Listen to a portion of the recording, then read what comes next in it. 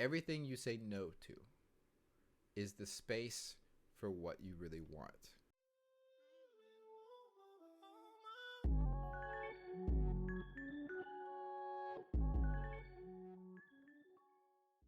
Welcome back to your Joyage, everybody. My name is Cade. I'll be your guide and replacing a little voice inside your head for now, giving you a break from the constant internal monologue that is the human mind. I want to say thanks for listening or viewing on whatever platform you're on. If you haven't already, please hit that subscribe button, drop a like on this video so other people can find the voyage. And also Joyage Clips, at Joyage Clips, TikTok, Instagram, all the highlights are there. You're going to see some cool stuff, especially next week or so. I have the Jonathan on as a guest today. It's so exciting. It's been I don't even know when the first time I brought this idea up for doing the podcast, but it's been way too long. So thanks for being here. Yeah, man, for sure. Also, so like 20 minutes ago, I had to take my mom to the shop, and so I was like, oh well, I'll just pop up one of these 3D Energy bad boys, the things that are just so good for you. And as I popped it open, I was like, I put it down and I looked at the cans. It was super like stupid, but I was like, has anyone ever not open, like, have you ever opened a can of anything and then not taken a sip right after? No, I don't. That's the thing. So at all. Humans are the same. Every single one of us. We're all the same. It's a fact. I mean, there's just no one. That's just not a thing. You've never opened one and not taken a sip. And I don't know why I thought of that. Exactly. Nope. Don't want any. Exactly. That's why. All right. Well. So, Jonathan, do you want to tell me how, or well, I guess tell the audience of 25 people how we met? Because my perspective is definitely different from yours, because I was just, I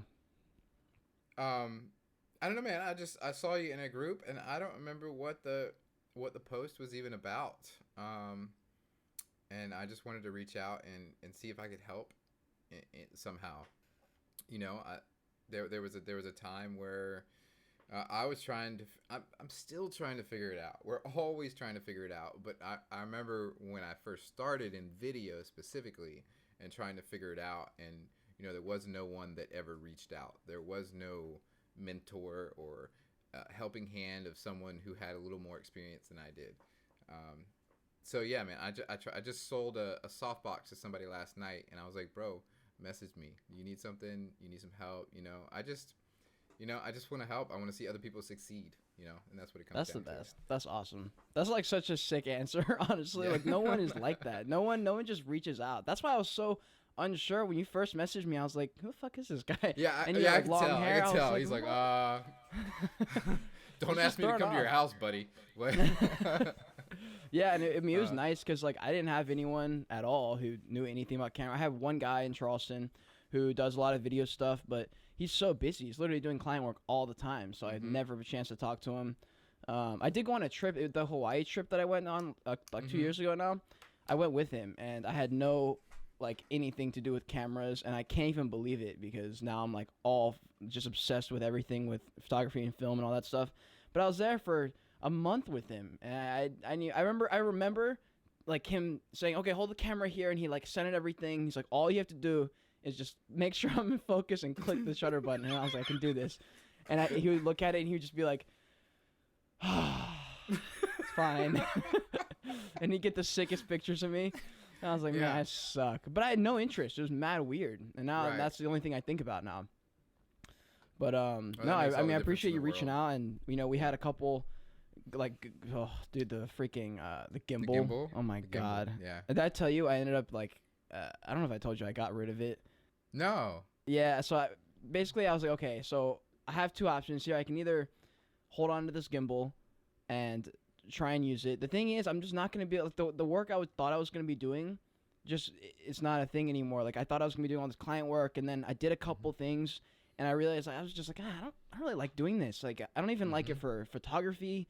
I just didn't like paid client work for me, like freelance style. Yeah. Just because, I don't know, it wasn't as creatively fulfilling as I thought it was going to be. It's not. And, it just wasn't for me in the end. But I ended up saying, well, I'll just use this money to buy a drone in the future and follow me on my adventures. And that made more sense for me. Dude, it'd be sick if you got a do you have a drone? Yes, I have two.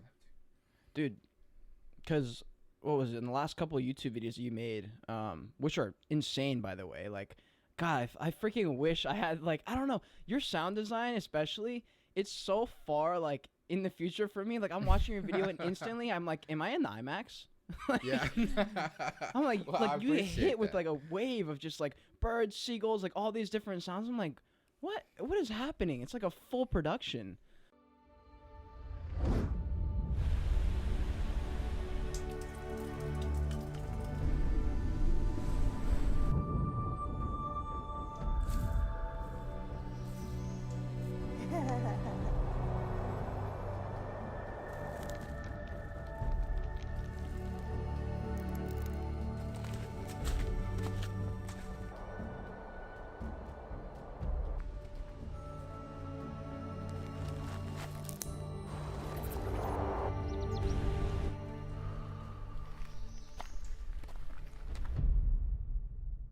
I I mean, try, man.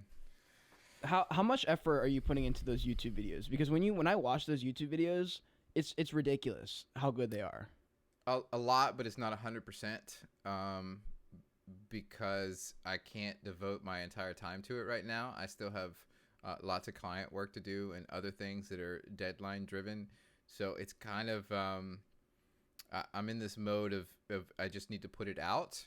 There's still a certain quality level that it has to meet. But like that video, I filmed it in January, and I'm not that good did at you like really? remembering to talk on camera while I'm out there. I'm kind of in the moment. So this time I had a couple good like runs where like the opening and then there was a good closing, and but then it was kind of lacking in the middle of talking to the camera, so I had to film some stuff when I came back.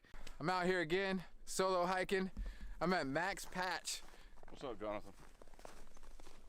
What's up, Luke? So I'm What's up, out here. John? What's up, Jesse? Hey, John. What's up, Mark?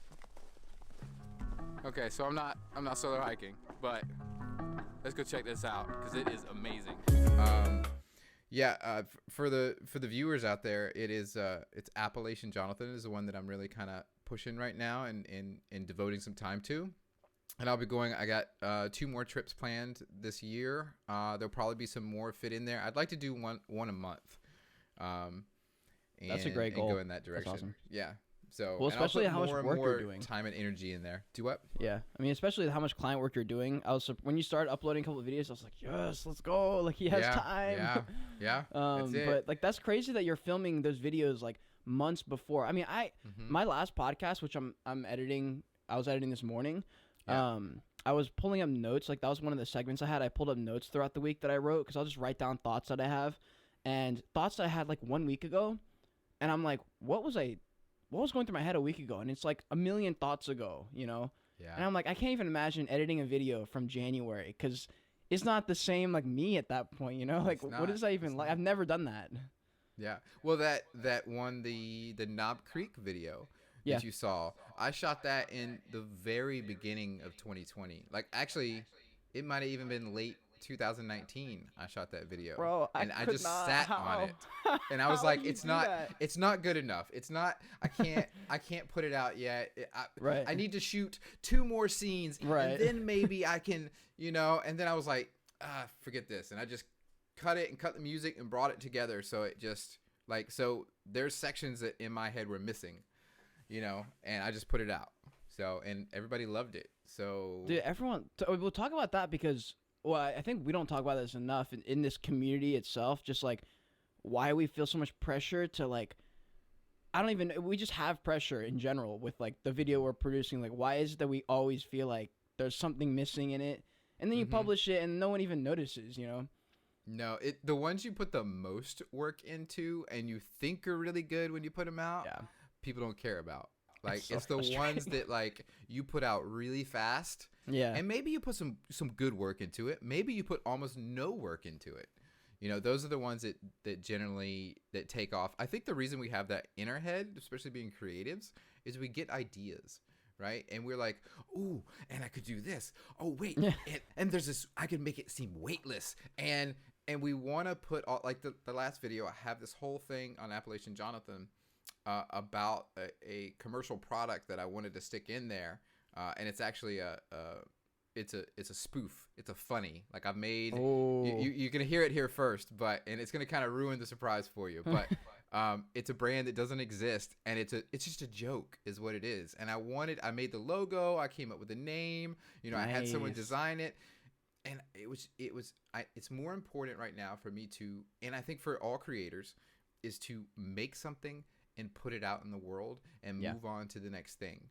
There'll be a moment, like I'll save all that stuff, that idea, that footage, and at some point the right video and the right time will come up, and they'll click, and that's when I need to use it. But it's more important for me to put out 10 videos than make one perfect video. Facts. So, which you are a model at. I am at complete admiration for the fact that you put a video out every day. Like that is beast mode to another level. And you're like basically saying, yo, I don't even know what this video is about, but like I'm going to put it out. So, and I've seen you start to turn a direction, right? And now you've got more of a direction, and I'm excited, man. I'm like, thank you. Subscribed, and like let people, I think I made a comment too about what number subscriber I was, because I want to be like, when you're like, you know, 750,000 subscribers, I'm gonna be like, that'd be awful. That would be crazy. Number 700, please. Or actually, how many are you at now? I'm at like less than 650, something 650. like that. So I was probably like that. 400s or so. I gotta go find the comment. I think I made a comment. Hell anyway, that's awesome. So yeah. Well, with the videos that are coming out, like for like 6 months or so, that was my problem. I was like, I don't know what to film. I'm not doing anything other than working. And it was so frustrating. I still sometimes, like, I'm a little worried because now I'm like thinking about the future a little bit. And I'm like, okay, well, what happens after this road trip? Because I really don't envision myself. I never really envisioned myself living on the road full time at any point. And obviously I don't know till I go and do it. But, I mean, after this road trip, I was like, shit, I'm maybe right back where I started. Like, now what do? Like, I find a place to live. It's cool. Like, now do I just make travel videos? Like, and I'm so worried because I'm like, I don't want people to follow me just because I'm like doing a road trip. And then like when I get there, they're like, you know, so it's like that never ending cycle of, I mean, hopefully I don't have that mentality of just like trying to like hold on to people watching my videos, more just making them because they're fun. But yeah, I mean, when you were talking about like the daily uploads, they're not quite daily right now, but they're, you know, multiple videos a week typically. Yeah. But it is weird, you know, you just post a video. Like my most viewed video I think this month was it had nothing to do with the car. It was like about the car. I think I was just having issues mentally about it. I think I was thinking about it too much. And I think it was called, I was freaking out about living in a car, or I'm freaking out about living in my car. And that got way more views than my other videos. I had no real footage other than me talking to the camera, complaining, and then like a 5-second gym montage. And that got like way more views. I was like, are you serious?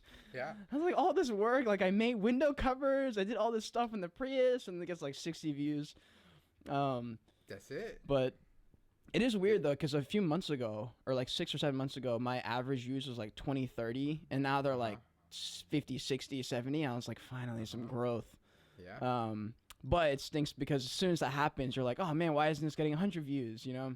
And then like as soon as you get something, you want the next thing. So I'm trying really to focus not on letting myself think like that, because I think it's kind of detrimental. It takes the fun out of it. It is. Create for the sake of creating. Yeah. Like, get an idea that you find fun, or so that's the like where I'm at with Appalachian Jonathan. There's pandering to the audience and what they want to see and what other creators are doing to getting views, and doing what you want. Because if you pander too much, then you get trapped into that. And if you deviate, you know, your crowd falls off. So it's a matter of you show them what they want to see. Like if they make comments on it, you go in that direction, but it's your direction, right? If that makes sense. That makes sense. And like you were just saying, that's what I said a few minutes ago. It's the ones that you didn't put a bunch of work into that just kind of came to you, that take off. If I could, I don't know how much you edit this, or if you want to put this in the podcast. I would suggest that, because YouTube is Google, and Google is a search platform, is when you're putting tags and when you're putting titles and you're picking subjects, using searchable items will help to boost you. Not doing it all the time, but like that Rode mic that you got there, you know, or if you're doing a video about taking the back seats out of a Prius, preest searchable term. Yeah. You know, so if that's helpful. No, that's definitely helpful. It's something I forget. It's in the same way that like you make a great video and then you forget to take a good thumbnail, or you forget to do something that's like they're all just as important. It's just so difficult with So YouTube. much. It's such a monster that you have to get everything right for it to work. It is. And oh, your video cut out. Yeah, cut out. Let's see, is it still recording? Just Yes! Zoom.us issues. Hey, Yeah. let's go. We're Hey. back. Okay. I had to reset the video capture card. I had to unplug it and plug it back in, which is weird. But cool. Damn. Let's get that light Tragedy. back in there. There we go. Cool. Does it look good? Does the lighting look good? Everything looks pretty solid. Wait. Oh, I just realized I have like my notes thing popped up on the side. I didn't even notice you had that light thing in the back on your either left or right side. Is that one of those light bars that I see on Amazon that pop up on my like ads every now and then? Is it one of those things? Maybe. It's I forget what you call it, but it just plugs in. I think it was like $100 and something. There's two major brands. It's one of those. Okay, I think it is one of those. I want one. It's a good one. It's one of the lower end good ones. Well, dude, this is lower end. That little lighting bulb back there was $15 on Amazon, and I love it. It's sick. This is actually 4 lights. Is it really? So yeah, so I got one directly behind me. It's lighting up that wall there. Yeah. Right. So then I have this one, which is putting this kind of like kicker along little the side of me. Extra. Yep. So and then I have one right here in front of me. That's right.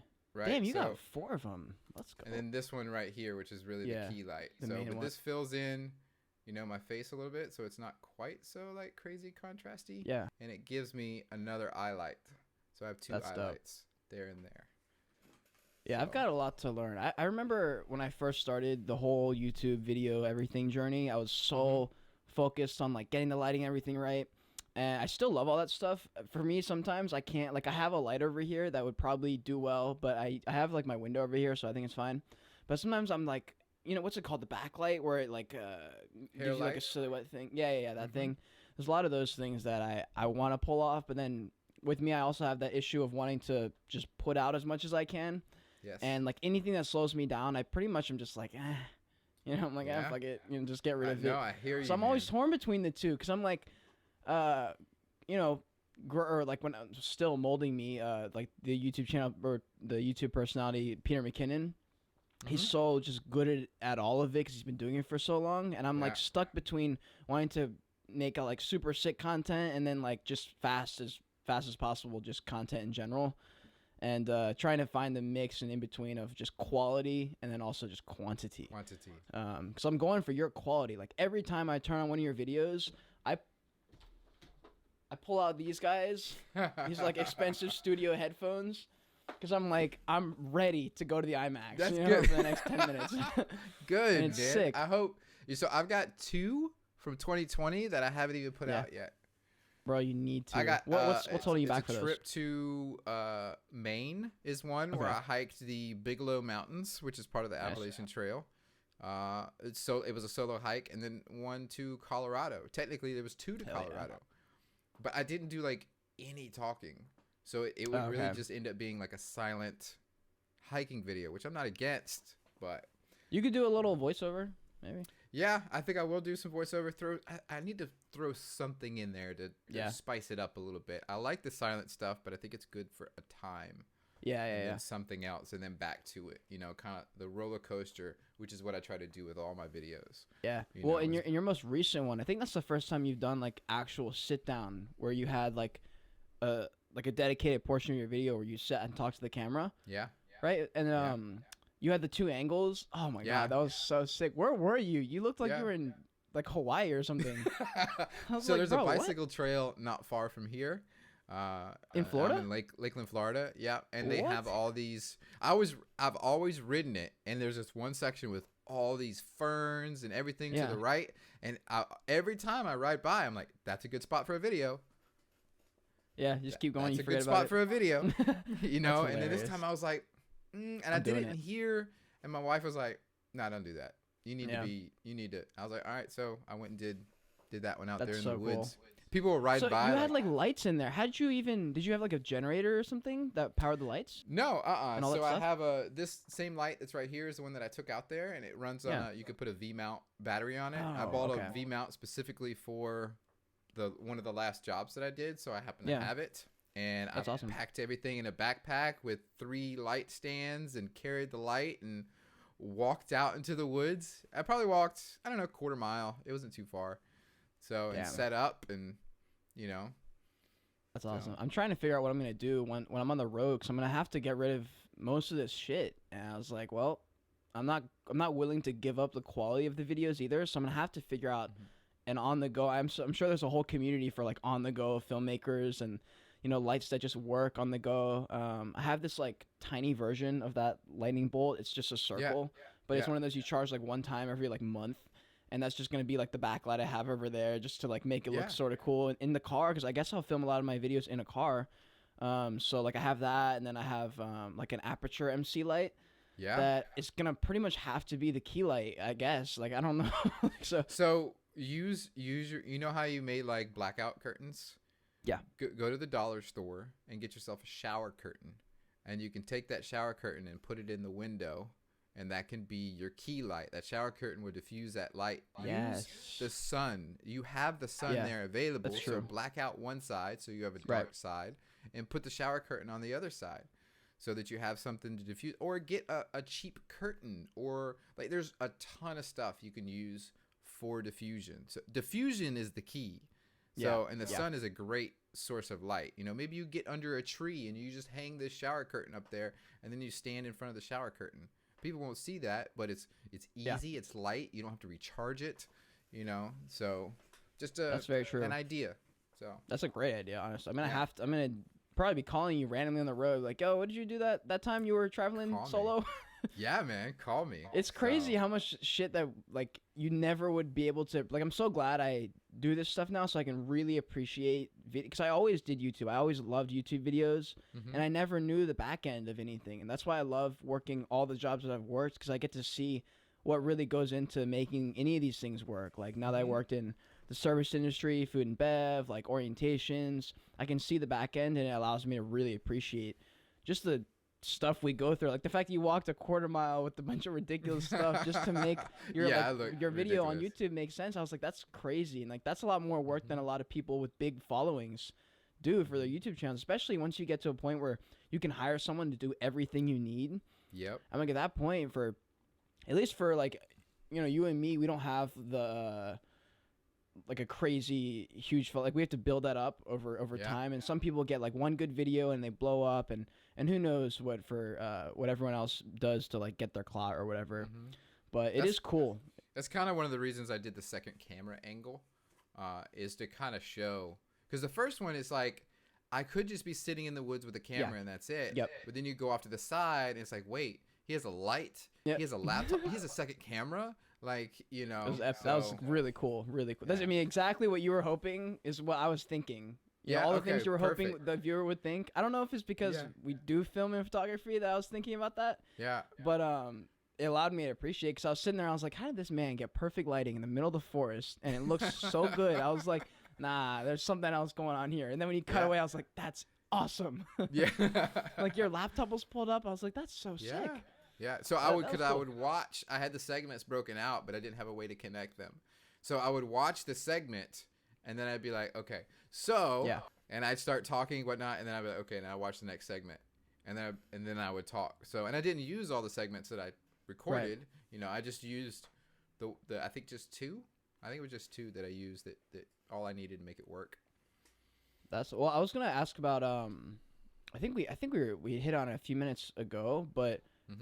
At least photography and video, from your point of view as a hobby versus career, because we were talking about YouTube a lot, and then you do it as a career, and like I tried it out a little bit. I don't think I dipped my toes in deep enough to truly understand. That's why I was gonna ask you, because you've been doing it for so long. What is it? ZAO.multimedia. So yeah, for your client work. They want to say ZAO, and I'm not. That's why I didn't want to say it, because I didn't know if that's how you say it. No, it's just like it looks. It's ZAO. Yeah. So ZAO. It's epic. It looks like it has like a Game of Thrones style to it. I don't know. It's pretty cool. Yeah. What's that? Oh, my production just company? like yeah, just like the logo and everything. It just looks epic in general and like cinematic, and which is like your style. Like all the videos you make are cool. So yeah, I mean, I try to make it look epic. I like epic. I like dark. You know, I like chill, but then kind of in your face. You know, like surprise pops and exaggerated and showmanship, and you know, I definitely have a style. So I don't think that was your question though. What was your question? Well, actually, now that you've mentioned that, what do you think that was like attribute? Like, why do you think you're like that? Is that something from like your childhood that you allows you to connect with your childhood? Maybe that want to create something super cinematic and epic and showmanship, like you were talking about.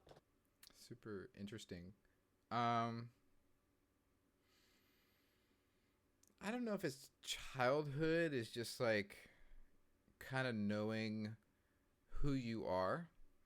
I like, if I were to go to a city, it would be New York City. I love New York City. I love the hustle. I love the bustle. I love the busyness and the streets and all the shops and people. And even if there's trash on the street, you know, I don't like pollution. I don't like littering, but just that environment, because that's part of New York City, you know, is like just trash cans on the street. But I also really, really love being in the deep wilderness where there's no one for miles. I don't see anyone. I'm completely by myself. There's no one to talk to other than myself. So I like the contrast of that a lot. And I think it's probably like knowing who you are. And then when I make a video, I'm keeping in mind that I'm trying to entertain people. Yeah. So, and if you don't change, like it, I may be trying to sell a product for a client, but I need to entertain them while I'm doing it, because if I'm not entertaining them, it's like that teacher in class who had all the right information, but was just the most boring human being, or delivered it in such a boring way that you don't remember any of it. Yeah. Right. You have to connect their emotion, and to connect the emotion, you have to entertain.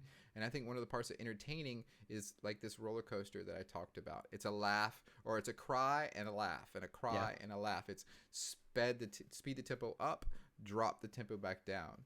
You know, if I come in nice and strong, the next piece is going to be softer. Right. Yeah. And then I'll come in with a laugh, and then I'll come in with this. And then I'm back and forth between highs and lows. And, so yeah, knowing yourself and knowing what my outcome is, and how to entertain other people.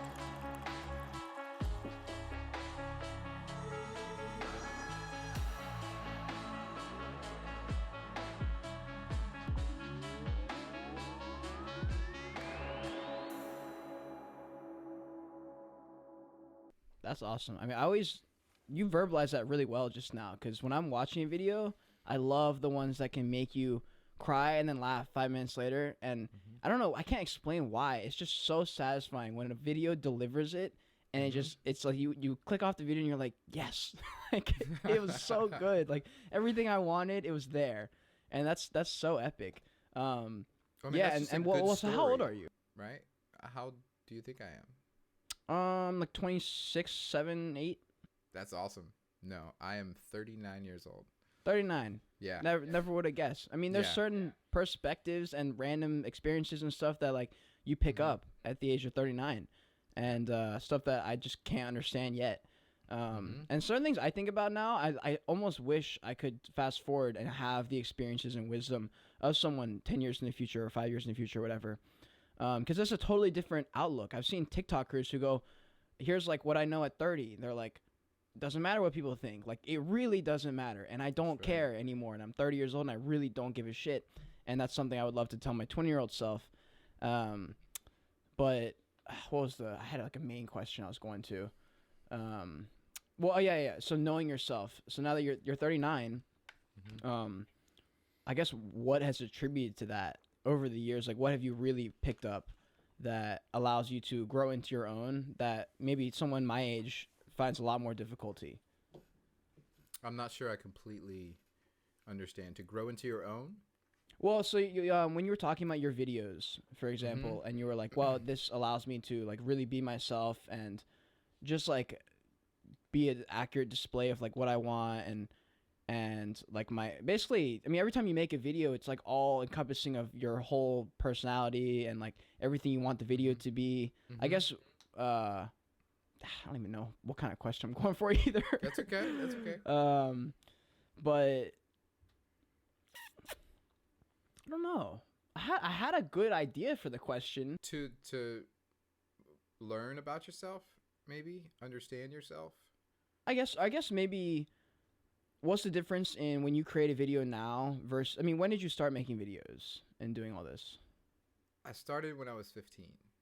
Okay, so do you want to talk about like when you were 15, 20, 25, the types of videos versus the types of videos now and maybe like the satisfaction you get from making videos now? um, it's a. I'm just now getting back to what it felt like when I was 15. Holy When I shit, really? first started doing so, there's gaps here. So when I was 15, I went to see my grandfather for the one and only time that I ever met him. I never saw him again, and on my mom's side, and my aunt brought a video camera. And the moment like we were there, I was like, I got this. I will take you guys do your thing. I'll take care of the camera. And That's I awesome. filmed everything, everything possible. It turned into like a 4-hour video. Like I did very little editing, Yeah. because I was editing with VCRs, like two VCRs set up. But at the end of that trip, I had a little bit of money and I said, I want a video camera before we left Bellingham, Washington. Um, and my granddad said he wanted to give me some money. And I thought maybe if I pool my money with his money, I could get a video camera. And he said, no, put your money away. And he bought me a video camera, a tripod, a bag, the high 8 cassette tapes, like everything I needed to start making videos. And at the time, I did not realize it, but it was a turning point for me. Now, I made videos after that with a couple of friends of mine, a lot. They were always funny. They were dumb. Like, if there had been YouTube at the time, this would have been the perfect stuff to put Dang. on YouTube. You could have been a YouTuber. I still have them. Yeah, I know. I've thought about that a lot. Me and every time I get with a couple of friends, we always reminisce about that. And man, God, why didn't I? But I got a job. I got a little bit older. I got a car. I started. Life was really being introduced to me at that time, and videos kind of fell off. Um, I ended up in Savannah, Georgia, and I didn't make any more videos for the longest time. And it wasn't until in 2012 that I went and hiked the Appalachian Trail, the entire Appalachian Trail, which is just shy of 2,200 miles in 14 states. And I said, I'm not going without a camera. Now, I bought a point and shoot, which wasn't very good at video. It ate up the battery. But I think it was like 12,000 photos over the course of 6 months. And that kind of reignited. It did two things. We talk about knowing yourself. It allowed me time with myself without interruptions, without other people around constantly interrupting my thoughts. And we do that when we're around people because we're having Yeah. conversations with them, and we don't have time to just think, Exactly. and day after day you think and you're like, oh, that's the same thing. That's the same thought I had yesterday and this, and you start letting go of these stresses of paying bills on time and this and that. And your only real concerns out there is, where am I going to sleep tonight? Is it going to rain? How Yeah. cold is it going to be? Where am I going to resupply? And that's about it. It's really boiled down to these certain things. So I think that the the timing, and I was 30 years old when I hiked the trail. So of going on that trail, it reigniting videography and getting to know myself and what I wanted. And when I came back and got a job, I was like, man, this has just got to change. This is not how I want to live my life.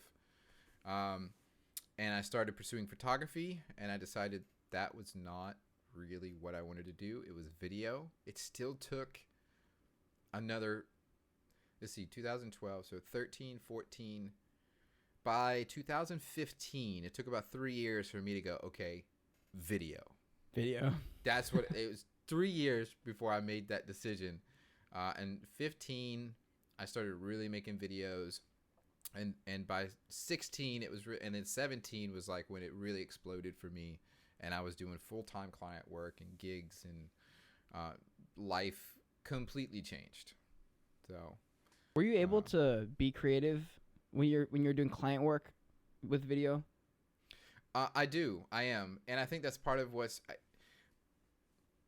they say make the client happy, right? And you should. The client should be happy, but when you pick a piece of music and when you do something for a client, you need to be inspired when you're doing it, right? If you're not, then it just becomes another job, right? And you become a commodity, right? You may be a little bit better than everybody else, but unless you're inspired while you do it, you're not putting your flair, you're not putting your style, and that's what makes you exceptional. That's what makes me so much better than everybody else. Because some clients will say, no, I want this or I want that. And I'm like, look, that's not what this is. You're coming to me because of my expertise, and this is what I do. If the logo, the color isn't quite right. That's not my logo. Okay, that's fine. The script, you decide what you want to say. I can coach you. There are things the client should have control of, and there are things the client should not have control of. So in my artistic style, like this is the way I do it. And if you want a banger video, this is how I do it, or we're just not a fit. Yeah, that's true. And I guess the clients that aren't seeing eye to eye with that, you're like, sorry, like I'd rather not do this then. Like, sorry. Yes. You know? Yes, because awesome, I'm going to be unhappy with it. I'm going to be unhappy doing it. You're probably not going to be as happy with the result, and we're not going to be as excited about being a working relationship. And I want people who are excited about working with me, and I want to be excited about who I'm working for also. So it's more than here's your toast. Would you like a refill on your tea? Which just sucks. And I know it my sucks. whole life now. Yeah, exactly. I did 8 years of serving. Yeah. Yeah. It's God, man, I feel for anybody who is serving. So if you like it, cool. And you find it art and a passion in it, sweet. And I know there are people are, but I do not. I mean, I honestly don't mind serving. It sucks. It honestly blows dick sometimes. But also it's like fun at the same time. I don't know how to describe it. It's like a horrible like pain, or like a horrible you're just like in the shitter for the whole shift basically if you're a busy restaurant. But it's also like you grow, like you get really, you what's it called? You bond with your like coworkers so much. I've bonded with my coworkers in like 2 weeks. The people that are new, like in 2 weeks, then I have bonded with like other people I've worked with at other jobs over like the course of a year. Because you're like growing together, you're getting screwed, like chefs aren't making the food fast enough, and you're all complaining. And at the end of the shift, everyone's like, God, we're all getting a shot or whatever it is. Yeah. And it's just kind of fun, but it does also suck. Yeah. You're like, the chef's fucking you? He fucked me too. Yeah. And then after the chef comes out and then we all drink together. And it's like, it's weird, like the chef was screaming at you 5 minutes ago and now he's just a normal dude. And you remember that we're all just like trying to get our stuff done. And I've never done the chef's job. I'm sure the chef's job sucks too. Like I'm sure it's, they get 15 orders at the same time. They're like, are you kidding me? Yeah. And then we're out here like, where's the calamari? It's just like I put it in the window 15 minutes ago. Yeah. God, it's awful. When you're talking about how your client work is still able to be super creative because you just like you draw the line there. You're like, look, this is how my videos are. This is what makes it exactly what you wanted it to be when you approached me. That's right. When you're making your videos for yourself, for your YouTube channel. Do you feel any pressure when you're making that, like internal pressure you put on yourself, or is it more fun? Do you like doing that more than your client work, or? I definitely like it more. I sure like it more because I do have complete creative freedom with that. Like if I don't like it, I just don't have to use it. If I feel like saying something, I say something. It's not, there's still limits to client work. And this is about what I want to go hiking. Like I love being places to where there's no one else out there or very few people out there. And being in nature and just sitting and walking and seeing new views. And I just like doing that. So it's easier to talk about. The internal struggle with hiking videos is how much gear videos do I want to make? Because that's the thing that people search for, right? Is gear. The new Hyperlight whatever, or the new, Z-Packs backpack. Now the stuff I use, I'll make a full video about the stuff I use, and I have, but it's going into like the Big Agnes tent or whatever. Like I don't have one. I don't use one. I don't, so I don't know. That's the struggle I have in my head right now. I don't know if that exactly answered your question or if I like veered off into no man's land there. I don't know. I'm just asking questions to spur random talks and stuff. It's all entertaining. It's all fun. I'm very inspired by the Appalachian Jonathan character and where he's going. And I say character, but really it's just me. It's me being me. And I think, like I was telling someone this recently, I think the most important thing is me being me on camera, right? And that I feel comfortable talking on camera and that I'm talking to another person that's on the other side. I'm talking to one individual, and that's each one of you that are out there. And if I just do that people will be interested. So they are. I mean, when I'm watching your video, I forget that I've like been on a Zoom, like I forget that we did a gimbal video or like what we've like talked on camera, because like I'm watching, I'm like fully engulfed in the video, and I forget everything else in my life. And so like if you're making a video and you're able to do that to a viewer, especially me, because I watch so much YouTube, I can see if it's bullshit, and I usually will just click off because I'm like but with your videos, like it pulls it off, like everything you're going for. I mean, I would hope it does after 20 years of video, I hope you can keep me for 10 minutes or whatever. But, well, damn. In all reality, it's really only like coming in on 5 years now. So that I've been back into it. But still, I did it when I was all through my teens. I did it. And then it dropped off. I think one of the last videos I made, I was probably 19 or 20. And then I didn't make another video until I was 34. Really? So, so that's looking at like 15 years of no videos whatsoever. No camera in my hand. There's a whole gap of my life that has nothing filmed. Wow. So, yeah. Wait, what were you doing in that time again?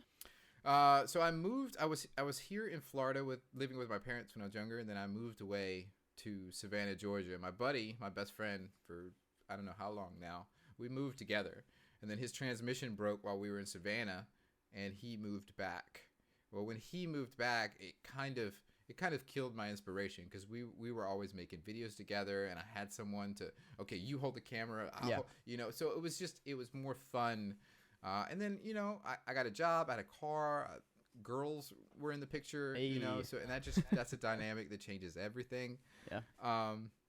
So and I think I must have been 21 or 22 when I found Anthony Robbins, which I'm a huge, huge fan.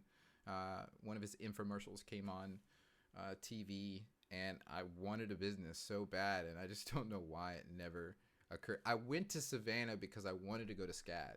I wanted to go to Savannah College of Art and Design for videography, and I just never get my shit together to make it happen. And then I wanted a business, and I just don't know why. It was in front of my nose like the whole time. Like a roommate who went to SCAD bought me for my birthday Premiere Pro, right? You're And kidding. I never used it. I never Oh put my the CD in. I finally did. Years and years later, I put the Yeah. CD in a drive because it was a CD then, and you would install it. And it was so outdated by the Oh time I my used it God. that it would not install. Like you couldn't use it. It was unusable. Bruh. I didn't have a computer. Maybe that's part of the thing, but I eventually did circle back around to it. So you were on a very good course, and like I said before, I'm just very excited for you to be discovering things at your age and Yeah. where you're gonna go. So you're one of two people that I have on bell notifications on YouTube. I don't have anybody else. So Yeah, it's I mean, I have you and Craig Adams. That's it. Craig Adams. Shout out Craig Adams. Yeah, man. Craig Adams for the win. So Big shout out. yeah. That's awesome. I mean, I've literally I have your videos on because they're just so sick. Like I love when you upload. It's awesome. And then I pretty much have like Peter McKinnon. I have bell notifications, and then I have one crypto channel because I'm really getting into cryptocurrencies. I think that whole world is just so interesting. XRP, son. Yeah, just all that stuff. I have 3 channels basically that I have notifications on because they're the only ones that are important. Like everything else, I'll find on the suggestion page. It'll show up eventually on my YouTube rabbit hole of the night. But yeah. It's cool because you had told me that I think you had told me that like really early on when we first started talking, that you were like, it's just interesting like what you're doing. Like you're like so young and you have this like specific perspective and I like it and I think you'll go places. And Yeah. also I think it's the first time in a long time that someone's shown like actual like confidence in my future. And so like for me like that was pretty big. And you were somewhere older in the industry for a while and like instantly you're kind of like put on a pedestal for me because I was like, okay, well this guy knows more. He like it's cool that he noticed me, and that was one of the things I want to talk to you about earlier. And it's funny that we popped up on that completely naturally, but I had asked my boss this a few days ago. He's or the chef boss, so he's in charge of the kitchen, and I had asked him because I saw a TikTok where the guy says, has anyone said anything to you from like your childhood maybe or like at any point in your life that just changed the course, like just changed your whole life? You can't even remember what life was like before that question popped up in your head. And he was just like, yeah, I mean, my chef at the time was like, hey, make sure you remember that it's all just food. It's just dinner. Like the worst thing ever that could happen during this shift, they will just move on tomorrow and they'll forget about it. So like, just don't worry. It's just dinner. And for him, that changed his whole life. And that happened when he was like 20 or like 15. And now he's like 30 something. But has anything happened like that to you where someone just dropped a bomb on you and then moved about their day, but it changed your life? I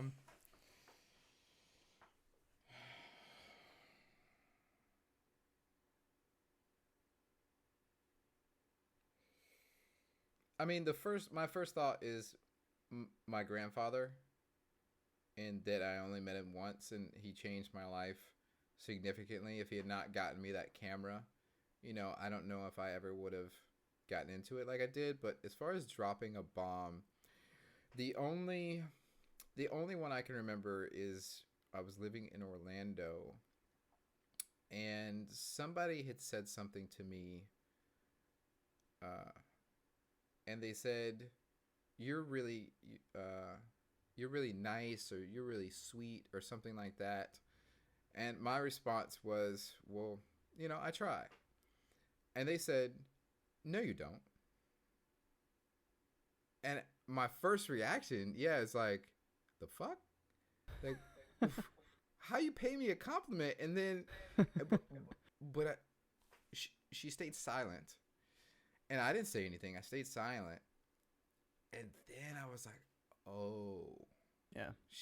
Yeah, that's your nature. You don't have to try. You just do that. So I think that was, because when I was younger, I was very timid and shy, and I still try to be very laid back about things, and live and let live kind of thing. But I can be like, I can lay it down and say, like with the clients, look, okay, yeah,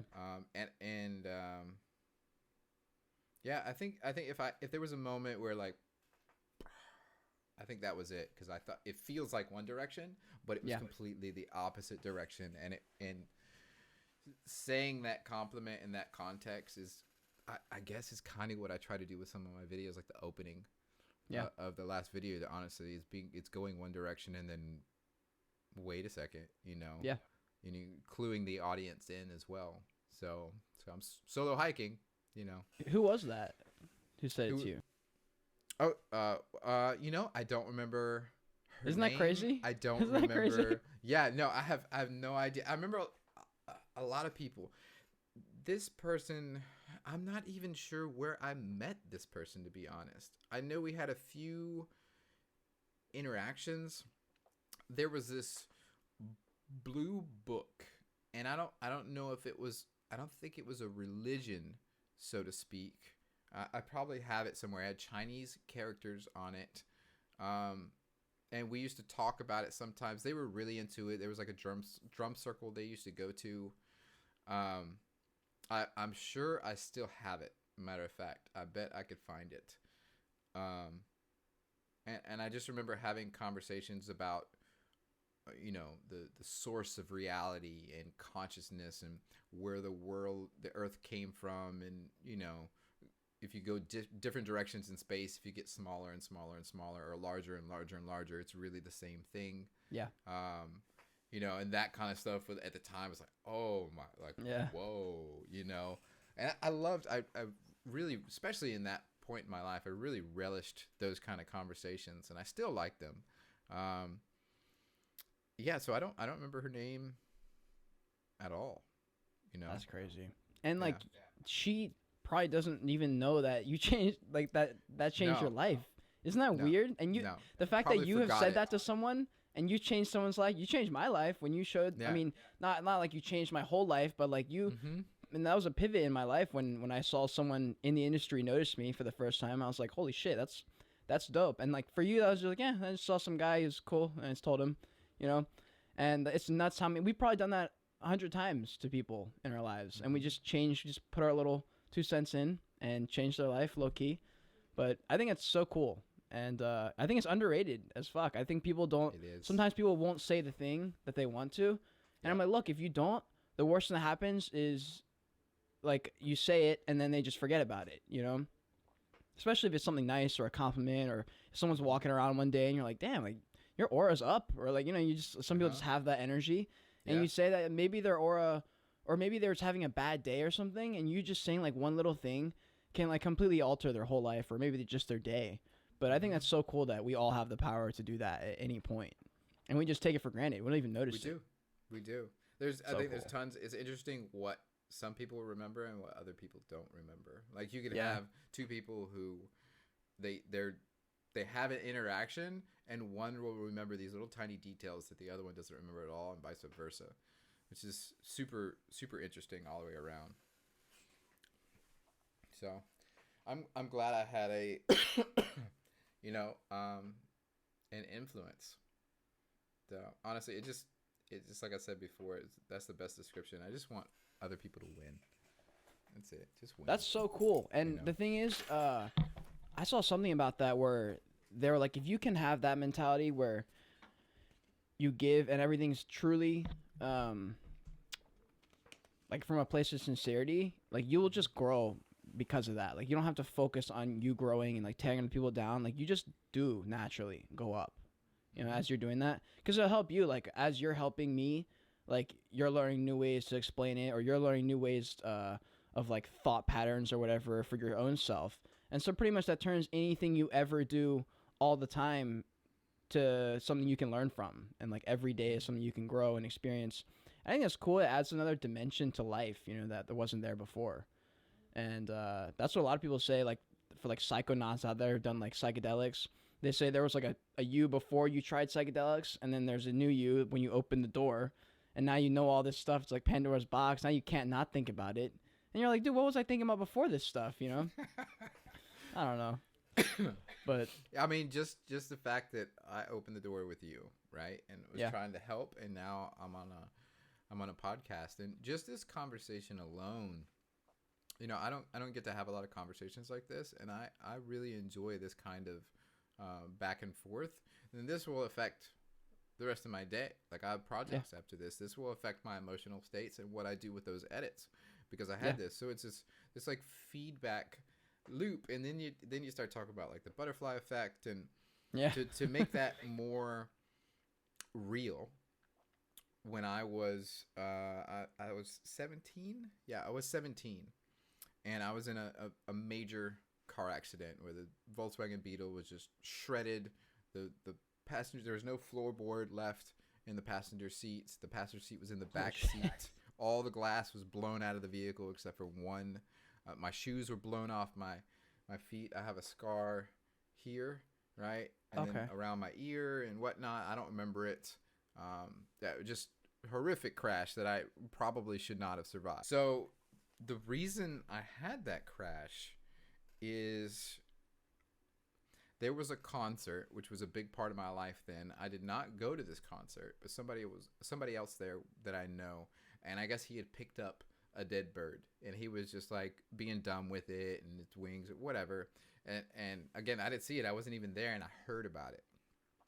So it was kind of a running joke for a little bit, and then me and someone else in the car were talking about it, and I saw this dead possum on the side of the road. I'm like, I'm gonna take him, the dead possum, home, and then he can whatever with the dead possum. I was just gonna, it would be a kind of a pushing an extreme of a joke to bring home a dead possum. So in the Volkswagen Beetle, the trunk is in the front, right? So I get out, I open the trunk, I took one look at the possum, and I was like, nah, I'm not touching that. Like, nope, not gonna happen. So closed the trunk, but I didn't close it all the way. So further down the road, the trunk pops up while I'm driving, hits the windshield, breaks the windshield, scares me shitless. Later on, someone tells me about a glass place that could fix it, and I'm dropping someone off at their house. I'm leaving their house, and I see this glass place. So I turn around. I go back to the glass place. I get an estimate. And as I'm leaving, this car goes on the other side of a double-line road and passes me up and keeps going. Later on, I end up with him in traffic, and he ends up slamming on the brakes. I try to cross. I'm going to hit him, so I try to cross 2 lanes of traffic to get into a gas station and miss him, and a truck doing 70 miles an hour plows into my vehicle. So because my friend picked up a dead bird and played with him, like, that's a real series of events that happened and led down a road. If any one of those had been dropped out, the events may have not occurred. I just wouldn't have been near that guy at that time. So if you never know where an event's going to take you. Like, that was a fairly meaningless event for him to play with it. But it led down one road, which ultimately put me in Orlando, where I was making videos more often, where I may have not, so I just try to put out there as much, like, good, unjudgmental energy as I possibly can that's going to help other people. And I think that's one reason I like businesses and working with businesses, is I'm helping them to fuel their dreams. They had this idea of making something and helping other people and making enough money to go do the things they want to do in this world before they die. So, and that's awesome. That feels good to me. When was that crash for you? How long ago was that? It must have been 1999. So like 20. Oh god, I suck with math. Yeah, 20 years ago, something like that. 22 years ago, roughly. Yeah. Holy shit. Wow. So that pretty much, I mean, that was before the photography, filmmaking, all that stuff happened. So that definitely had a huge impact. I mean, you had to. I was making videos at the time. So I think from like 15 until 20 years old, I think is when I stopped. Maybe 21. I might have made like one video when I was 21. Yeah, so it was definitely during that time. And because I got in that car accident, I went on a Boy Scout camp out that I wasn't actually going to go on, because I had a car and I was going to go somewhere else. I don't remember where I was going to go. And it was 2 weeks to the day, and I broke my right leg way out in the woods, 2 weeks to a day. And because I broke my right leg, when my parents moved down to Florida from Augusta, Georgia, which is where we lived at the time, I went with them. So I ended up living next to my best friend again, and we started making videos again.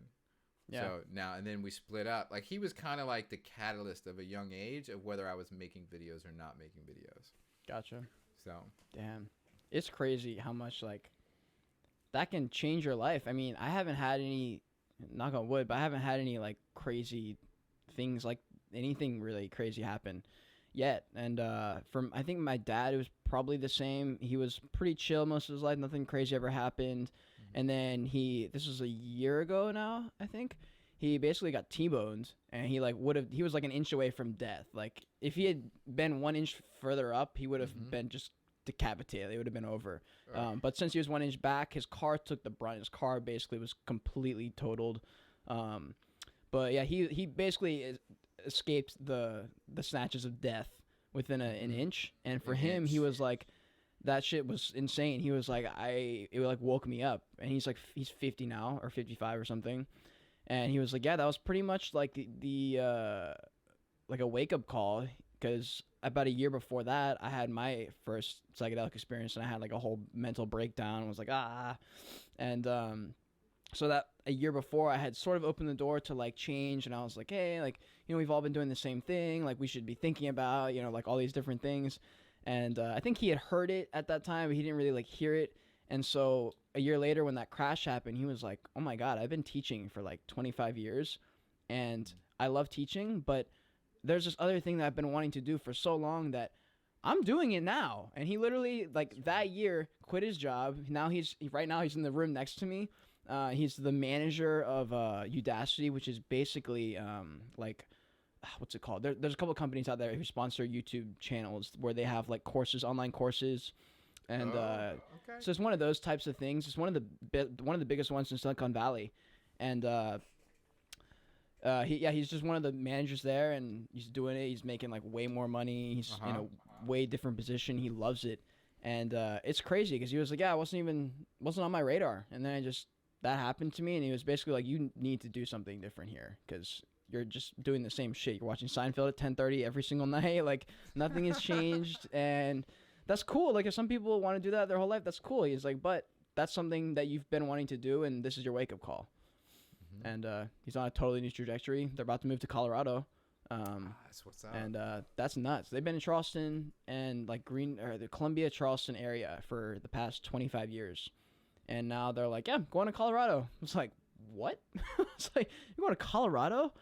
And it's perfect for me because I'm going that direction. Yeah. And I was like, great, I don't have to come back here. Are you going to meet them there, or what's your plan? Yeah, pretty much. I'm going to do the road trip, and then I was going to end up in that region anyway, I thought. So I was like, perfect. I'll just chill. And just like road trip up there. And then at some point, meet up with them. Maybe if I like the area, maybe I'll stay in there. I have no idea. But it was crazy how all that stuff just randomly happened. And it's all like almost naturally like leading me to this path that I was already on, which gives me a little confidence in myself. I'm like, okay, maybe like that's cool that all that was happening and nothing really has changed. I still want to do this, and I still have no clue what's happening after the road trip or like on the road trip. I don't know. When is the road trip so happening? This will be, so right now it's April. My plan is to do the serving job until August-ish. It really just depends on how much money I have around the time of August. So I could either leave like right at August, or maybe leave towards end of September. My only issue is, since I'm in that Prius don't have, I don't have like snow wheels or snow tires, whatever they're called. I don't have anything like that. This Prius is a piece of plastic with some wheels on it. So I'm a little worried that it's not going to be able to handle the winter up there. But I don't know. I'm also just like, fuck it. You know, I'm just going to go. So my plan is, to make some money, and then the other reason I'm trying to get into crypto is because I want to try and flip some coins and just capitalize on the amount of money I'm making right now, because it's absurd. You know, like, what job are you making $400 every like 5 hours? Like, it's ridiculous. So I'm trying to capitalize as much as I can on this money. Yesterday, XRP went from, I think it doubled. I think it was like at 49 or something like that, and now it's a dollar. XRP. Yeah, I did read something about that. But the coins are doing it every day. They're 10xing, 100xing. I'm like, bro, if I put $1,000 on this coin last week, I'd have 100,000. Like, what? You know. But now, if you put that's the $1,000 plan. on it, and you wait, you gotta wait 10 years. Did I tell you? A year ago, I did that with Dogecoin. I bought Dogecoin. It was a joke though. Like I didn't know anything about it. I saw TikTok about it. I was like, and I was making so much money. I put in $400 into Dogecoin, and then 2 months ago, I think I pulled it out for $6,000. Like I was like, what is happening? Like what is happening? Yes. So that was a dub, and I didn't even know anything about crypto, but that was kind of the thing that I already had a foot in the door because I just had Robinhood for that reason. Yeah. And then since I had Robinhood, I was like, well, maybe I'll buy some airlines. So, and then like a month ago, I just pulled out like most of my airlines because it got back to the high they were at before the pandemic for a lot of them. So I ended up, and that was the deal I made with myself. I was like, okay, when this goes right back to here, I'm going to pull out the majority of it so I don't lose any money. And yeah, so it was like crazy that just TikTok opened the door to Robinhood, to stocks, investing, crypto. That's it, man. It's nuts going back on that rabbit hole, seeing where life takes you. That's awesome, dude. Yeah, I just got into crypto maybe, I don't know, a couple months ago. So couple months ago, same. I'm holding them. Same. I'm buying. Yeah, you have to. So, you have to. Yeah, I'm waiting. I don't know. We'll see. 10 years, 20 years. Well, they're talking about Bitcoin. Whatever. They're like, look, if you buy a Bitcoin now and just sit on it, you're rich. Like that's your retirement right there. So in my head, you know, when they're like, "Oh, Bitcoin's gonna drop," like there's a huge crash coming. Look, either way, all I know is I need to own as much of a Bitcoin as possible before it becomes worth $1 million. That's all I know. Yeah. And the fastest way I can get there is what I'm gonna take. So altcoins, flipping those. If that's what it takes, then I'll do that. And you don't lose unless you sell it, like you did with exactly. airline. Exactly. The airline went down. You didn't sell it. You didn't lose anything. It came back. Now some of them do crash and they don't come back, but it, you know. The airline, that was the time with the crash, is to buy a ton of airline stuff. Like that's when a lot of the billionaires that have been made is in crashes. That's when they get, because everything is underpriced. It's like Gary Vee talks about, under, over. Exactly, Gary Vee. That's right, which I love. What's so weird that now that I'm in that, I'm sort of like doing the stuff that I always saw other people doing and going like, I wish I could do that, or I wish I understood that. And now that I'm doing it, I don't feel any more like on a pedestal or anything. I don't feel like I understand it all. I'm just there doing it, and I still am like kind of like, yeah, that works. So like this will buy that, and like I sort of feel like I don't know what I'm doing. But then I'm like, you know, I pulled $6,000 profit. I'm like, okay, so I do sort of understand stuff. I never 6K? really. I don't think there's ever a point where you understand and you're like, I got it. You know, I don't. There's always things I'm still figuring it out. Good to I got know. my hands in a lot more things now. There's some things I am very confident of. But I'm ever expand like now, because it's really YouTube channel. That's what I really want to go after, is YouTube channel. I have a 3D printer over there. I'm working on a product development it's a product that doesn't exist right now. The product does. I have some distinctions that make it specifically for me. Really, I just want it, but I think other people are gonna like it too. That's dope. So it's gonna be a very high end product also. So I want to make so sick. Top notch. Do what? My friend Devin, he just started a wrist rest company. So it looks like I have one. I have one of his very, very first. So this actually is probably gonna be worth something at some point. But this wrist rest, right? Yeah. It goes like for right here when you're typing on keyboards for the keyboard gaming community. And he made it because he was like, look, I'm not paying $100 for this thing. So he made one out of resin and sent it to all his friends like as a joke on Discord. And they're all like, wait, that's awesome. Like, I want one. So he gave one to all of them. They all posted about it. Within a week, this man was making like, I think he made like 20 in his first week. And he was making them for about like $50 a pop. And then some of his friends were like, yo, you need to sell this because this is about to like blow up. So he makes an Instagram. Dude, fast forward 6 months. This man is he's going to probably be making like $20,000 a month. That's what's up. $20,000 a month. I'm like, bro. What the fuck? And his channel, his Instagram, he's got like 20K probably at this point. Like, it is absurd how fast it's grown. And the fact that I saw it like at its inception, there's YouTube videos that I've made at the beginning, like a year or like 6 months ago. Because I remember we did a Zoom call on one of those videos. Yeah. And he had like 50 followers, you know? And I'm like, it's weird that I'm seeing that. It's like when you watch or you see those pictures of Amazon at the beginning where he's like a snapshot of him in his garage or whatever. And I'm like, that's what I'm seeing right now. And it's so chill and normal. Like with a door with 4x4s as the desk and Amazon spray painted on the... That is ridiculous. And that's what his thing was. He was literally in his room doing it on like the side. you know, and just like he had like a table set up, he had the window open so like the gases wouldn't like go in or whatever, and he had like a little torch, and now he's got like a whole setup, and it's sick. It's so cool. It's badass. But that's awesome that you're doing There's some girl that I don't know if you're a fan of The Future. It's a YouTube channel spelled with no E. Honestly, there's so many YouTube channels. It's a bald Asian guy who talks about client work and whatever. But he had someone who worked for him, and she was making these dice. They're like gaming dice, I guess, Dungeons and Dragons, or I don't know what other role playing games there are. And she ended up creating them, and they look very much like that rest that you had there. But then she had like gold interlaced, like they look amazing. And now she's a multimillionaire because of it. So because she made some dice. What is it called? The Future? It's called The Future. Yeah. With no E. No E, correct. I've definitely seen this channel. Like, yeah. Yeah, yes. I have seen this guy. I've watched. The guy's cool. Multiple like hour-long videos where he goes in depth about what was it? I think I was trying to figure out how much to charge people, and he was talking about like how to stay firm, like and like know what you're worth. But at that point, I wasn't worth anything. I was like, I don't know anything about anything. So I was like, how am I supposed to, you know? That's what I was thinking, because I remember watching his videos and being like, look, this is great for the people who've actually been in this industry. Like, yes, know your worth. Don't undercharge. But like, I am a beginner. There's a certain level of just eating shit in the beginning and like just scrapping, you know? And I think that's necessary. You can't just show up and just be like, no, I'm a photographer. You're like, says who? You know, like, what are you talking about? I'm like, you've done 5 photo shoots. You don't know anything. And so I think that was good for me to have that awareness at the beginning, because people were like, yeah, like you're a photographer. You're a graduation photographer. You should charge this much. And I was like, no, I'm not. I guess I'm a photographer, but I've done like 1 shoot, you know? And so I needed to get someone in my belt. But it was nice to know that, because now I have this knowledge, and you know, it's been a year later, so I know a little bit more now. And like, it's cool to know all that information.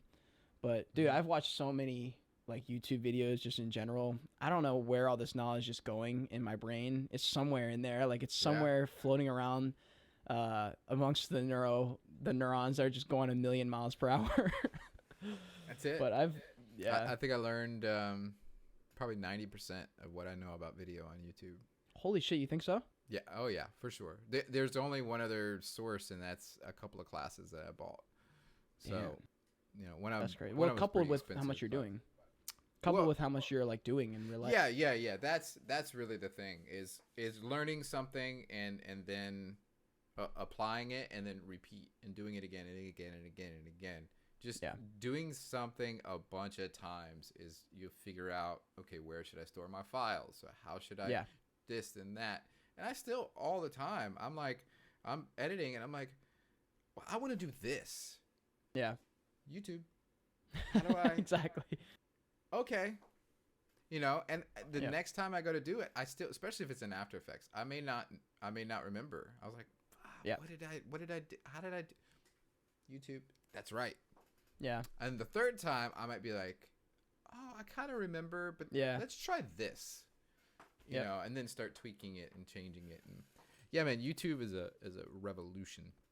It really is. I mean, I talk about this all the time on my channel and the podcast. Like I think I learned it from somewhere. Like the 1% rule. You learn like 1% a day, and you grow 1% a day, and it just builds and builds. Next thing you know, you're like 50%. You know, or whatever. Yeah, exactly. Yeah. Exactly. And actually, the other day when I was serving, I was kind of weeded, and I couldn't fully get a second to like do any side work and help out, because I was like constantly going back and forth, getting cups, getting food or drinks or whatever. And one of my other coworkers, who wasn't nearly as in the weeds as me, I don't know if she was just better or if she had less tables, but I saw her like, as I was doing all this stuff and my head was like cut off and I was running around like a crazy person, I see her like picking up a tray, like in the corner. We have all our trash and stuff that we store there for a few seconds before we take it back to the kitchen and do the dishwasher. And she's like taking it back, super chill. And I'm like, how the fuck is she doing this right now? Like, I'm in a chaos right now up here.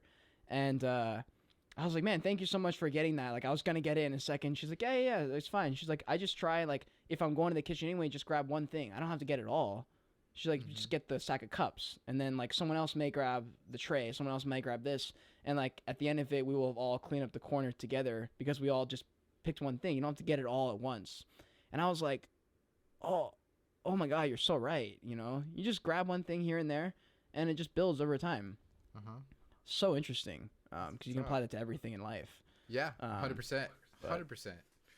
Yeah. So I think that's the thing happened. is whatever you're learning in one particular thing can transfer into the rest of life a lot of times. Even the simplest things like that.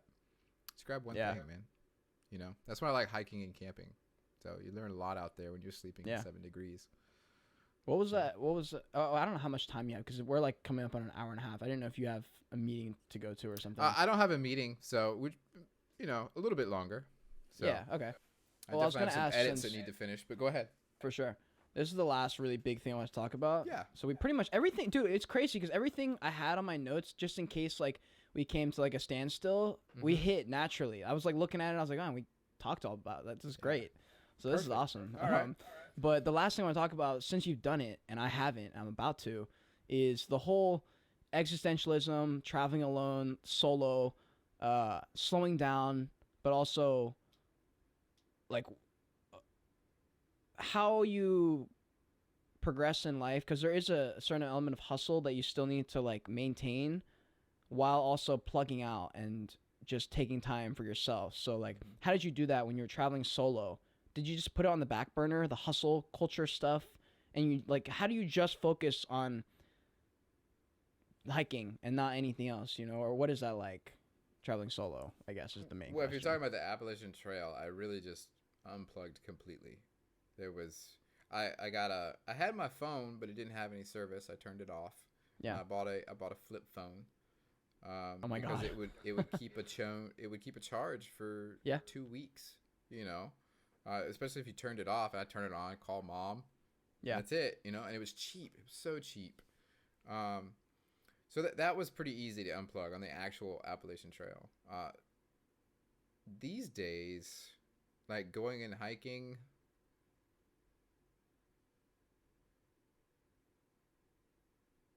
I don't know. I mean, once I get out there, I'm pretty. A lot of the places I go, I don't have signal, so that helps. Sometimes I do. So I guess your question is how do you continue to hustle but unplug at the same time? Yeah, like how do you? The main thing is like balance, because like, you get home. Like a lot of people talk about, they're like, I don't have time for myself. And then like a lot of people's answers to that is like meditation or something.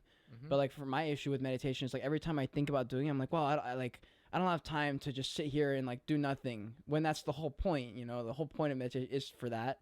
And it's so easy to like lie to yourself and say, oh, okay, well, I'll just do it another time when I have more time, and I'll do it. But like, yeah, my question for you was like when you went on the Appalachian Trail, how long did that take? 6 months or something? Yeah, it was 6 months and 1 day. Technically, today is April 6th. I left on it. I arrived in the start of the Appalachian Trail on April 7th. Holy shit. We're a day away from an anniversary. So damn. Yeah. And then I finished on October 8th, which was my dad's birthday. So holy shit, wow. So it's 6 months and 1 day. Yeah. What was that like? Because you said you traveled at least the majority of it alone, I assume. And I mean, I'm sure you met people along the way and stuff. Yeah, but there was lots of groups that you flow in and out of. It's kind of like have these bubbles, right? And sometimes I would push away, and go camp alone to make sure I wasn't away from people, or that I was away from people. The groups click up a lot. Sometimes I would just stay in town when they left, so that I could have that time. But it's also kind of like an accordion, the entire trail, right? So then you're out there for so long that you make friends with somebody and you hike with them for a few weeks. So it's just the two of you maybe for a few weeks. You run into other people, but you're really like, okay, we're going to do this tomorrow, and you stay in the same, and you really get to know this person during that time. And then one day they have to go into town and you don't. You're like, well, I'll catch up with you. And then you don't see each other. And then a month goes by, maybe 2 months, maybe 3 months goes by, and you're in some random town like Roanoke, Virginia, and you like are in a grocery store. You're like, yo, what's up, man? You know, or you walk onto a campfire and they're sitting there like, yo, I have not seen you in like how many months? What is up? Like, oh, I got attacked by a bear. You got attacked by a bear? What? You know, I got sprayed by a skunk, or, you know, I jumped off a bridge or whatever, you know. So it's this constant in and out, right? Yeah. And I wasn't sure if this was going to answer it, but I think it may. Maybe consider your trip like an accordion, you know, and it constantly being in and out of having some solitude and then being with people, or same thing with the hustle is hustling, doing your thing, being at a coffee shop or wherever, you know, even though it's maybe still very hard to find right now, especially in Colorado, you know, with COVID and all, and then having the time to yourself.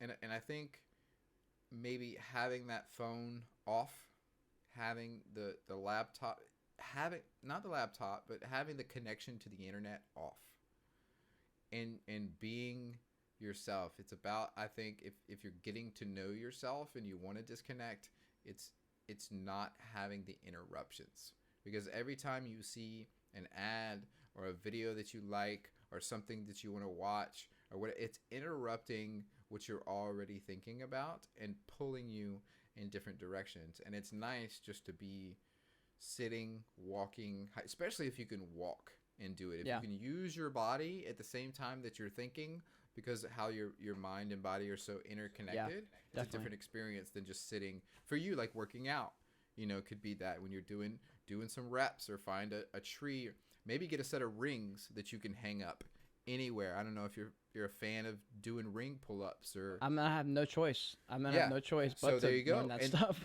That's probably the lightest, smallest workout equipment you can possibly carry. You know, so just having some time alone to where you're not really doing work and your thoughts can, because that's how you know, it, like I would be in the woods. I still do this now, and there's no one else around, and I do something and I laugh about it, and then I start laughing, and I'm like, oh man, and then like I'm having this conversation with myself. I'm like, oh man, I can't believe you did that. Oh, I know, it's stupid, you know, but you know, so you know, like I when I hiked all the way out in Colorado, and this is one thing one of the reasons I have put the video out, because I'm so bad at like filming the things that I should be filming. Right. And I'm at, I think it was at 11,000 feet or something like that. Camp is all set up. I've done my miles, you know, I've been filming, and I go to cook dinner. And because I got on a plane, I never did stop and get a lighter. So I don't have a lighter.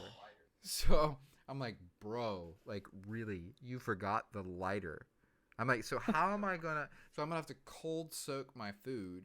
Okay. That's going to take at least an hour. It's going to be dark. Like, you know, so, but I'm having this fun, and I'm not judging myself about it, so it's still a fun, entertaining conversation, right? Which I ended up finding someone else there, and I was like, okay, sick. So do you have a lighter? You know, I'll give you $5 for that lighter. That's hilarious. So he didn't take the $5, but that's cool though, how you mentioned it with the accordion. What's that? Yeah, that's like the best answer you could have ever given. The accordion is such a great analogy, or like way to describe it, because yes, the ebbs and flows of just life in general. And I guess my issue is like I feel like the internet FOMO. You know, I'm like, oh my god, he posted a video, like I need to know this, but I probably don't. You know, I'll survive if I don't see their video. And I think that's what you were hitting on. You're like, look, your own time, your own mental health, and all the encompassing things is worth not seeing your internet video for 6 months. You know, like it's not like you're never going to see it ever again.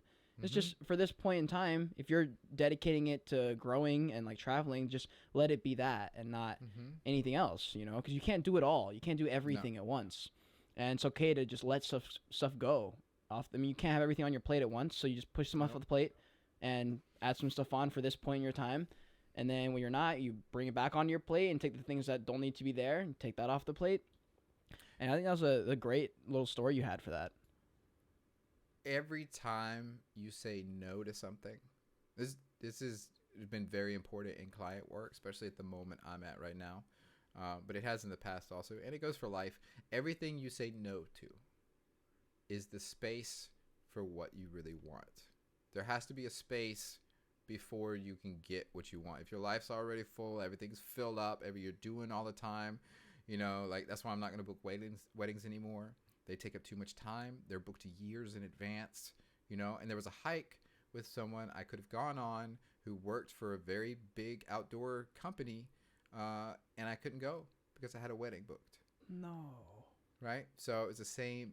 So saying no to things and turning things off, I think maybe you having a day or multiple days where you can just turn off social media, turn off connections to any outside stimulus other than your environment. Yeah. Right? Friends, the phone, internet, YouTube, Facebook, Instagram, all that. Just having a time to turn it off, and you're really there to be with yourself. Yeah. Well, that's what, like when we started this podcast, I basically put my phone on Do Not Disturb, because I was like, the whole intent for the next hour, 2 hours, whatever, is to do this podcast and have this conversation and talk and just catch up in general. And I was like, when you set an intention to just do that thing, you like allow presence, like just presence on the moment, the power of now, like all that stuff, just to focus on this and just truly enjoy it. Because that's the problem is, like, I'm like doing something for like a delayed gratification for something else, or like I'm doing this now so that tomorrow I can do this, when in reality, like, if you can just enjoy what you're doing at this time, and then you've answered every question you've ever needed to answer right there. And I think those two dope. things you just said, delaying the pleasure and setting it up for the future, and being able to enjoy the now, those two combined with the right accordion or webs and flows is probably the biggest key. So as Absolutely. You're setting yourself up for the future, but you're enjoying the only thing that you actually have, which is now. Yeah. That's the key. Just set the intention, and the rest just takes care of itself. We got some banger clips in this whole podcast. Good. Like, I'm excited to edit this highlight clip thing. Yeah, okay. Because there's some really, really solid things that we both said. You had some like a minute ago. I can't even remember now because you said so many things, but like, this is gonna be cool. This will be really cool to edit and look back on. Do you want me to send you a couple of my videos that like I've done from my show reel, and then you could plug some, like I'll send you the one for Knob Creek, and maybe a couple of others that has some B-roll, and you can plug it in wherever you want. So absolutely, if you want to, we're pretty much at the end, so if you want to wrap it up by like plugging anything, any future thing, any channels that you're excited about, or say thanks to someone, like whatever you want. Well, my name is Appalachian Jonathan, or Jonathan Wayne Andress is my real name. But you can check out Appalachian Jonathan on YouTube. There's a Facebook. I don't know how much longer I'm going to continue it on Facebook, though. I think YouTube's my real focus. You can YouTube. Always check out Zao Multimedia, which is ZAO, and then multimedia.com. See some of my work there. I'm very excited about going on a lot of hikes. I'm excited about hiking with new people, and then sharing that content. And I really I'm going to have a course that's coming out. I have a product that I'm working on right now. I just want to experience and be inspired and inspire others and help others win, so that's with Wham. Hot damn. You're doing it. We're like two totally different people, different points in our lives, and like there's no point where it's the right time. You just do it whenever you want, and some people it's when they're 14 and they start a business. Some people when they're 60, and it doesn't matter. Some of us are Elon and some of us are Tim Ferriss, Yeah, life's long as fuck. Life is literally so many years, and there's never enough in your own head, but like whatever, it's so hard. Like that's an entire topic on its own that you could go into for 2 hours. So maybe in the future, but I definitely think we have to go on a hike at some point. Especially once I'm over there. Like there's so many beautiful things. Yes, I'm my totally brother lives down in to meet Colorado up. Springs. Fuck yeah. Okay. So cool. And I'm flying into Denver next month. So Sweet. Me and my wife are gonna. If you've looked at the YouTube channel, there's Mirror Lake, the one I filmed on a GoPro and on the phone. Yeah. So I'm taking the A7S III this time, but it's gonna be me and my wife hiking it together. So I'll do another video on that. Yeah. Yeah, and definitely check out his YouTube channel because that is so cool. It's like it's just so you have to see the videos to understand. But So is it underrated? yeah, I'm gonna plug or it all in the overrated? description. Is my YouTube channel underrated or overrated? The way Gary was saying. It's definitely underrated because if you were to have 1 million subscribers right now, uploading the videos you have and the quality and all that stuff. I love Peter McKinnon. I think he's an unbelievable filmmaker. But like you're miles, in my opinion, the quality of like video, you're at least on par. You know, at least you've got to be because the quality and everything, you're doing it all yourself. I think. Yeah. Right. Yeah. No. It's like it's all yourself. It's a one man yeah. show. Like if you had 1 million subscribers, you would be, it would be over. There'd be no one who could catch up. You know. So if you find his channel right now, you're basically buying Apple stock at the inception At the beginning. So, yeah. yeah, there's no way you could lose. There's a 0% chance you lose if you subscribe to me or his YouTube channel because it's only gonna go up from here. Yeah, that's right. Because Steve is still in his garage making, computers at a table. So yeah, I mean, because I'm still getting the thrill of like +1 subscriber. Like I'm getting one one I get it. subscriber I'm a like, video. ooh, yeah, I got. So I'm like, I got oh, 2. yes. I'm on fire. I'm going to the casino, yo. Man, so it's so exciting. It's a cool time. Like I'm trying to be present in the beginning stages as much as I can, so I can look back later on. But yeah. Anyways, Part of the reason this is super cool for you, and I'll let you go with this, is you making videos and then not just about the day or whatever you're doing is just having a history. Like and you going back when you're 39 years old and you can look at, I look back on and it's crazy to look at them. I still have some I haven't edited. I've thought about editing. Are you serious? Yeah. Like, I have way one. I was back? like trying to make a scary movie where like the phone rang and I set up all these different camera angles. And I'm like, hello. That's hilarious. Hello. But it was like real close to the camera, so I was like, hello. And then the door was open and it wasn't open, and Oh my God. so yeah, man. So thanks for having me. Absolutely. This is great.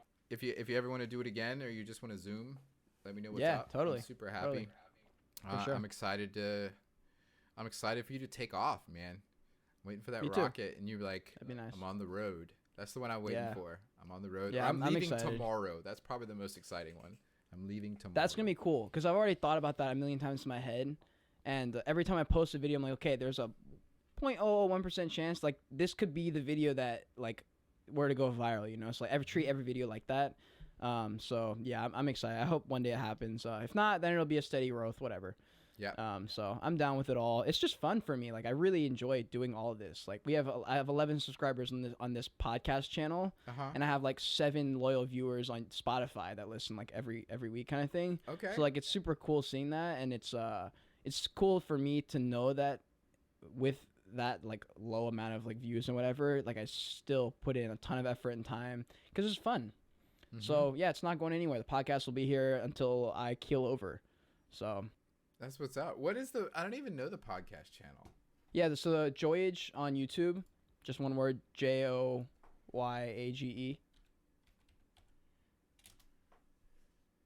Bam, there you are. Yeah, it's the visual portion. Also on Spotify, and then TikTok and Instagram, Joyage Clips at Joyage Clips. You can catch all the highlights. I edited all that after the fact. And so, yeah, the podcast, I definitely think the podcast will be like the thing for me at some point. Like, it'll be like my thing. Like, Joe Rogan has his podcast. Like, that's his main thing. I think that's probably what it's going to be. So, yeah, I'm putting in like a lot of work now. Consider doing like Joe Rogan did too. It may take a little more time, but making a channel that's just clips. Yeah. And then that way you can literally make, a 1-minute clip of the podcast. And you can title it exactly what you were talking about, like hiking Appalachian Trail, whatever. Then now you're involving the entire Appalachian Trail community in that. Or, just bought the A7S, So he did that, and that's where I got hooked, is watching the clips. And I'm like, wait, now I want to go see the whole episode. Same. So that's what I'm doing on Instagram right now and TikTok. The problem is, for me to do the same thing on YouTube requires like 50% more time because I have to...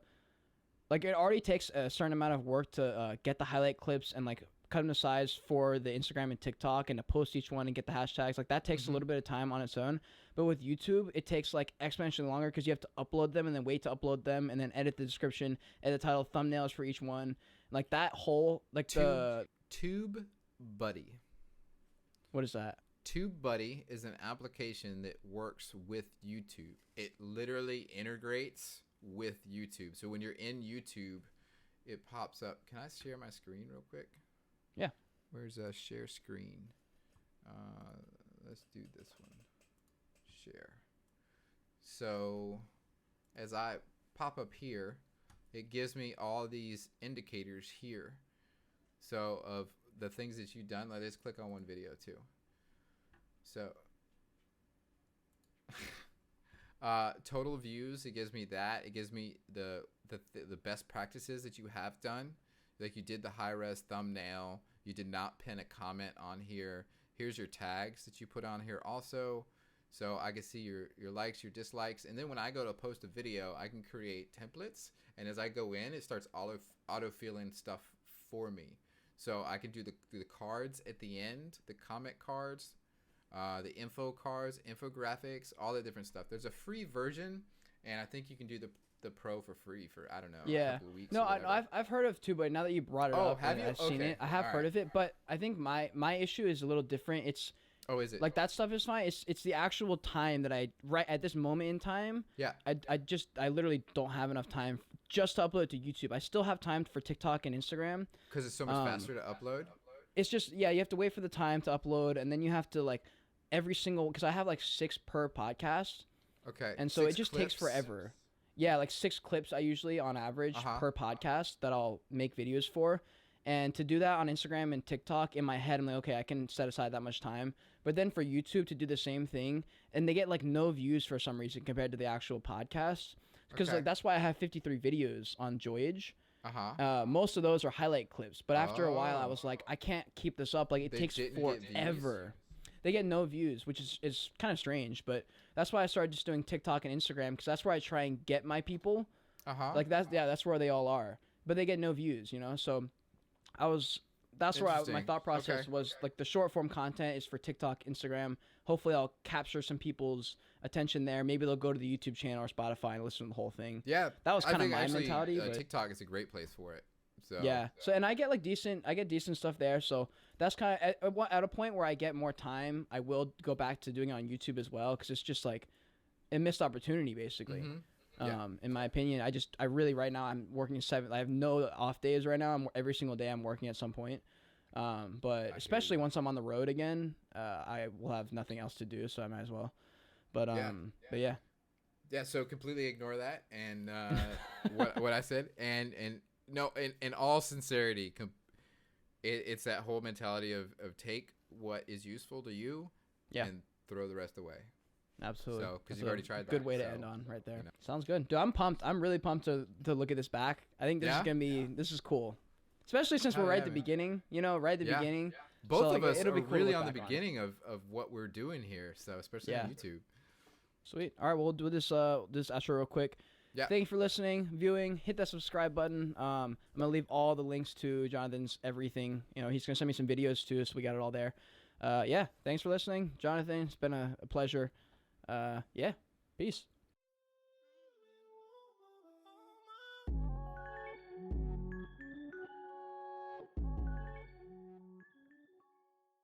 Yeah, that's exciting. Super exciting. Yeah. So, anyways, it really was a pleasure talking to you. It's good to catch up and stuff. Yeah, man, just hit me up. So whenever we're planning, I know you're super busy. I'm crazy too. So, but it's exciting to catch up, and this fills me for the rest of the day. My edits will be better. So because I had such a good conversation. So yeah, man. Cool, bro. Hey, well, have a good one. All right, man. You too. Peace.